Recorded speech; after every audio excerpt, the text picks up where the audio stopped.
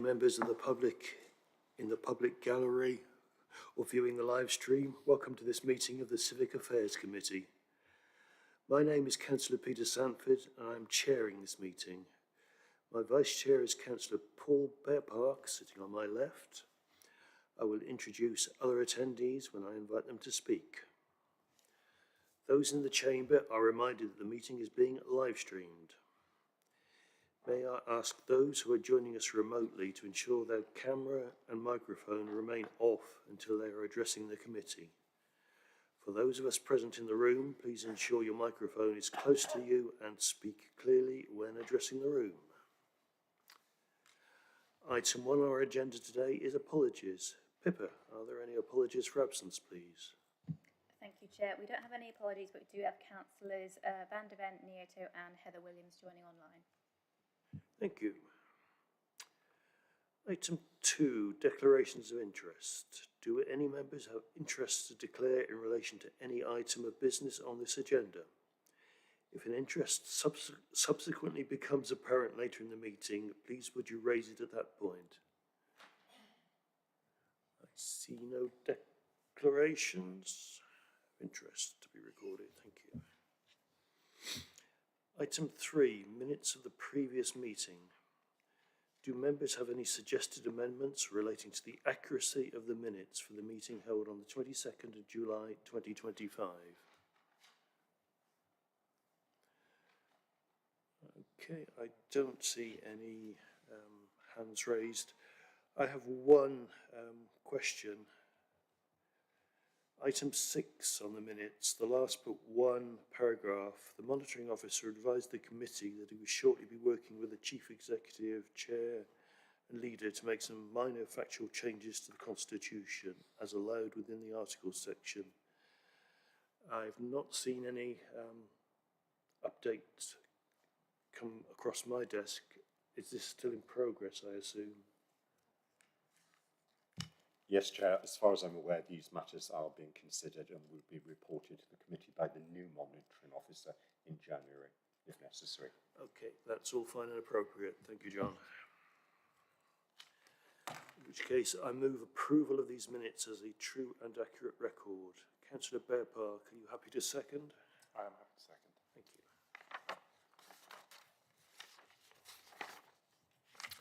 The committee therefore agrees the approval of the minutes of the meeting of the 22nd of July 2025 as a true and accurate record by affirmation. Item 4, public questions. There have been no questions received from a member of the public. Item 5 relates to the first phase of the governance review of Great and Little Abington. One of the officers is presenting. Is that you, Emma? Thank you, Chair. The floor is yours. So, as you will have seen, this paper provides details of the recent public consultation regarding the potential grouping of the parishes of Great and Little Abington. It was well publicised, which is part of the CGR process. We need to do that, and needed to see if the grouping of the parishes provides better governance and service delivery. So the consultation itself ran for a total of 3 months. That was between the 5th of May and the 28th of July. We received a total of 31 responses, and the results showed that just over 77% of those who responded are in favour of grouping as an option. If grouping were to happen, the most favoured name is Abington Parish Council. So if you look at Appendix D, that shows some of the consultation comments. These are also summarised in paragraph 39. If you are happy that we undertake phase 2 consultation, we'd like your views on the recommended options that we provided, and that's in paragraph 3. This next consultation round will be slightly shorter, running from today until the 18th of December. And once we have the results of the phase 2 consultation, it will be then for Civic Affairs to make a final recommendation to Council, which have agreed would result in the preparation of a reorganisation order. Just to note that any changes to governance arrangements of the parishes will take effect at the next scheduled parish elections in May. I think that's pretty much it from me, but if you've got any questions, I'll be happy to take them.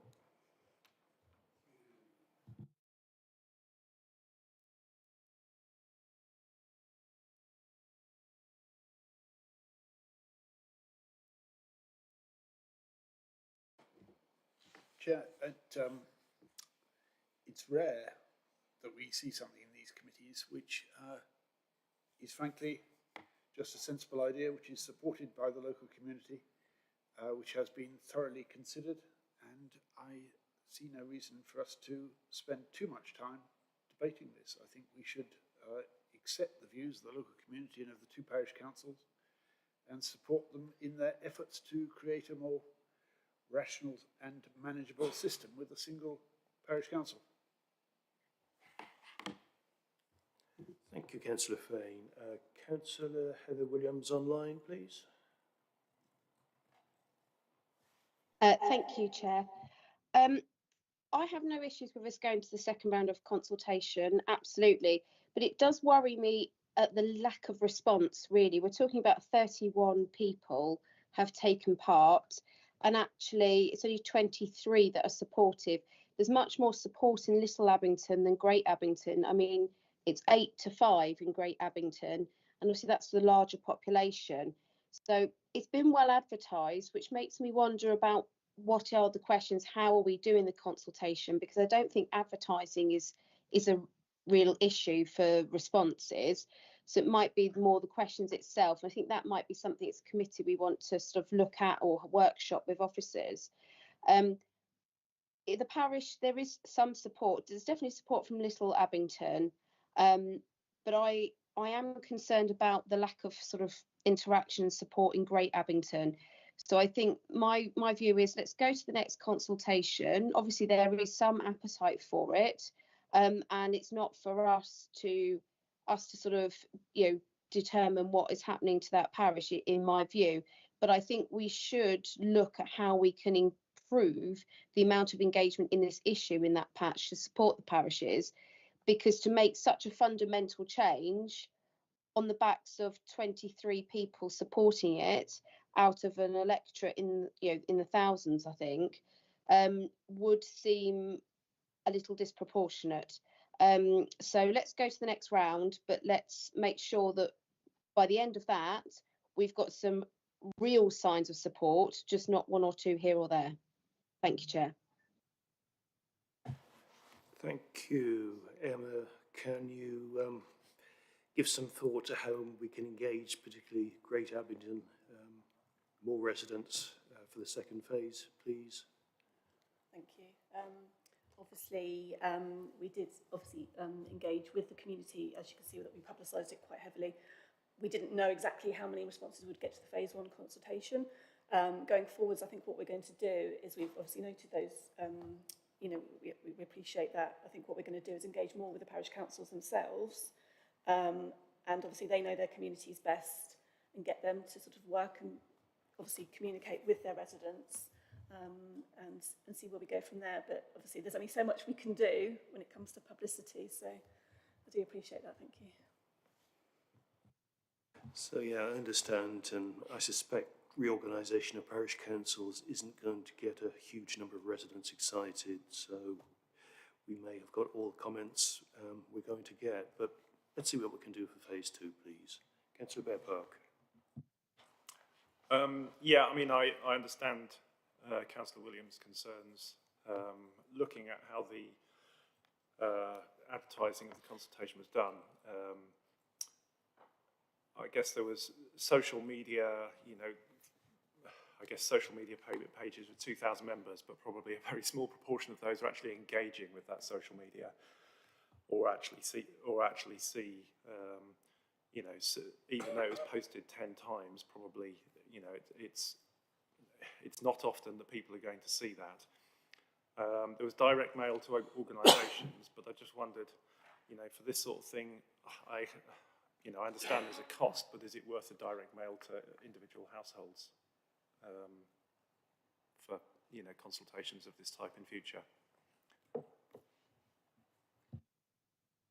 Thank you.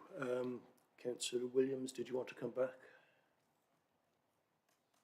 Yes, because I do think the direct mailing to residents, because it is something that is going to impact, as it says on there, on the amount of grants, etc., that they can apply for. But my point was about how we are consulting, not just how we're publicising. and how accessible are we making the consultation? Because I think that quite often, particularly, we are very good at doing forms for if you're sat down and writing it in paper form, but not necessarily for the online. And whether it's worth just sort of looking and maybe speaking to a few people that took part, because if it's not quick, if it's long numbers, lots of questions and things like that, then in that online world, people are going to look at it and then go, oh no, I'm not going to carry on. So I think it's not just about how we publicise. I think it's about how it's phrased, how accessible is it, and things like that, which I think possibly would get us more results if it literally was, this survey will take you 5 minutes, rather than giving that real clear expectation of residents, what they're going to be expected and the time to be taken, or it's only 5 questions, whatever it may be, just to try and help in the communication of it. Yeah, good points, thank you. Catherine Hawkes? Thank you, Chair. Yes, we were very mindful of not having all of the consultation online or in electronic formats, so going out on social media and so on. We had selected locations where there were hard copies of the survey. The second stage inevitably is a little bit shorter, so it shouldn't take too long for people to fill in, and we can certainly make sure that there's something that guides people as to how long it will take if they're filling it in. But we will do the same again, and we will have those paper copies in real locations for people to do it face to face. And if there is a request for us to do so from the parish councils, then we can of course go out and sort of take people through it in a face-to-face event. So far the parish councils have done their own publicity on it and talked to people themselves, but I believe Emma's had conversations with both clerks about doing a bit more of that next time. So, and of course the requirements are that we have copies here at SCDC for people to look at as well if they want to. So it's possibly not as convenient for people, but it's another location they can go to find the forms and be taken through them if they wish. So thank you. Okay, thank you. Emma? Thank you. Can I just add that obviously in terms of the length of the survey, it wasn't particularly long for phase 1. We kept it quite concise with only, I don't know, probably about 10-ish questions. But there was an additional, there was an option for people to write additional comments, so they didn't have to do that if they didn't want to, but it was pretty straightforward, and we used the consultation platform Go Vocal that we've used for other consultations, which seems to work quite well. Thank you. Does anyone else wish to speak? Councillor Martin Khan, please. Well, as someone who lives in and represents a grouped parish where 2 parish councils have merged in a village in 2 villages which you can't tell where you go from one village to the other, rather like Little Edgate Abington. It seems to me a logical process. It's worked very well in Histon and Impington. So in principle, I can see it's, the merits of the proposal. And I agree that you need to try and get as much response as you can, but I suspect there's not a tremendous amount of interest among the local residents about this.